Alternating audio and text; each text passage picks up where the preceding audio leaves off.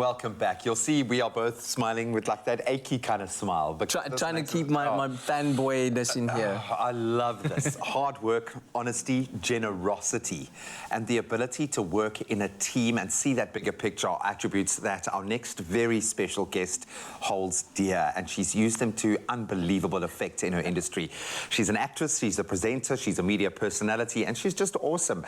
Vicky Davis has been a staple of our TV screens for years, from her affable portrayal as Tessa in Similalan to hosting the much-loved lifestyle show Pasela. She has got the fan. And everything in between that we'll talk about. And now that very gig, the Pasela gig, has landed her a sparkling SAFTA nomination, which she joins us today to speak about. Let's give a feel-good welcome to Vicky Davis! Yes! Show the poster again. Because I'm blushing. Good, you must blush. We love you and we are so proud of you, especially because so many of our journeys have intertwined with yours to some degree. This must be like my family, and it's so nice to be here again today. Sure. Yeah. Talk to us about that. I mean, you are one of the people that once I met, I realized your incredible skill set. You're not just a presenter, not just an actress. You're a producer, you're a director. You've worked with some of the biggest shows in the country where you have the brain and the mind to operate behind the scenes. To not just on camera. Expresso, the biggest show in the country. Tell me about that and how important it was for you to reach this level of success by acquiring all of those skills along the way. Yeah, I think I'm a big fan of when you are in a specific work environment to try and absorb as much as you can from that process and what's happening there.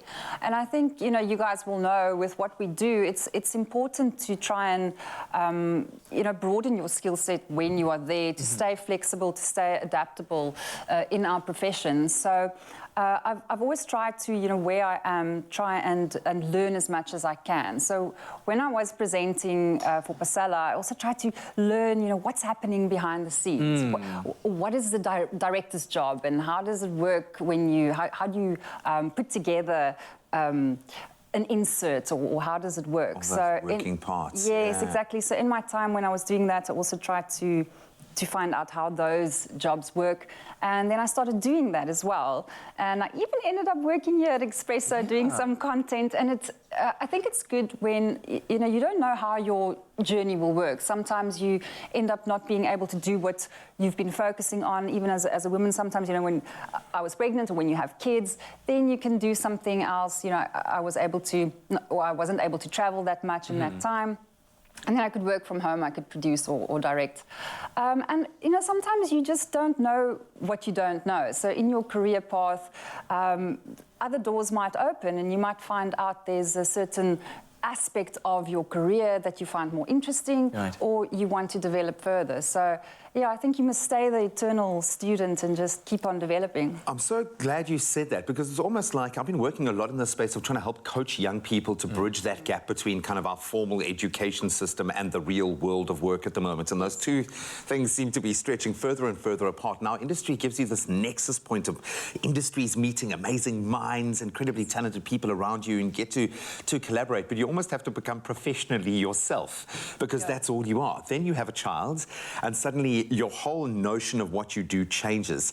I'm going to flip that script a little bit and say, if your children were to follow in your footsteps, how would you prepare for the industry? I think about, because I think my son is going to definitely go into the arts. What do you say? What do you do? How do you prepare children for our industry, do you think? Yeah, I mean, they say these days you can have many careers in your life, not just one. Exactly, you know, if they were to follow a career in media, I think the one tip I would give them is that people who follow something creative, you know, we kind of get caught up in the creativity of the profession, but we must remember that it is a business. And that we are our own business, and you know, I'm preaching, I'm not necessarily always doing this, but you must remember that if you have this, you're making beautiful things, or you're creative, but you must still be able to market it, and you must monetize it, and you know, if somebody build it, grow it. Exactly. So I think stay business minded while being creative. That would be my tip. I love going back in memory lane a little bit. Talk to me about some of your favorite moments. I mean, Pasela, obviously a feel-good show like ours. 13 years. I mean, come on. There must be a moment. Oh, yes, they are. I mean, I don't think there's a plane, train or automobile that I didn't either jump out of or try to drive.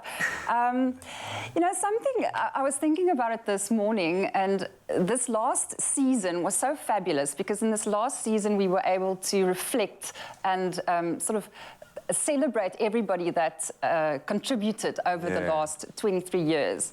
And there was one moment that was fabulous. So over the last few years, I heard about this story that our one cameraman, Lucky Ngobu, he said, you know Lucky. Luckstar. So he was complaining about the shoot they had in the Karoo with a very famous South African actress, and she was very into her sort of herbs and plant medicine and mystic things. And he, you know, he's a regular dude, so he was already freaked out about this. And so this night they spent there in the Karoo, and there wasn't electricity, and it was out in the sticks, and in the middle of the night, they heard noises, and the door was creaking, and there were spooky things, and they were convinced there was a ghost. So the cameraman, the sound guy, the director, all of them freaked out. They huddled in one room. They each had their own room, but they were like sleeping together. So this actress, like, she was convinced there was a bad spirit. She was burning things, you know, trying to drive the spirit out. Yes, exactly. And the next morning, they said to the presenter, who was Dieter Vught, and I said, Dieter, didn't you hear this ghost? Dieter was like, no, I was sleeping like a baby. I don't know anything about it. So fast forward a few years. So we're doing our final episode, Dieter and my episode together, and we pull in Lucky on screen on the show, and you know, Lucky's talking about his experiences, and Dieter says to him, Lucky, there's something I need to tell you. Do you remember that shoot in the Karoo? And Lucky's like, yes, of course, it was my worst shoot. He's been having nightmares about We've been hearing about it, and Dieter says to him, Lucky, it was me. You know, I was this ghost. He was rattling the doors. And I don't know if Lucky either wanted to hug him and kiss him or punch him in the face. And this is when you consider that Lucky is this giant of a biggest man. So you know, he was our bodyguard for years, and that night was, anyway. So you know, we just had so much fun. So beautiful memories. I love it because our crew is our family, and I know that we really do rest on the wings of giants. We are so lucky to work with these amazing people. Well, she says she has written just about anything that is out there. I know she has cooked just about anything, so we're going to put her up to the test in the kitchen in just a moment. But most importantly, how do we vote for you? We want you to win that SAFTA, girl. Today is the last day. Okay. So come on. This is today. So what you have to do is you have to phone this number. So it's *120 *32020#. Okay. It's on the screen right now. You have to press 0 because you have to go to the next page. Okay. And then my number is 6. So I would appreciate that. It's a very lucky number. Yes, I also think so.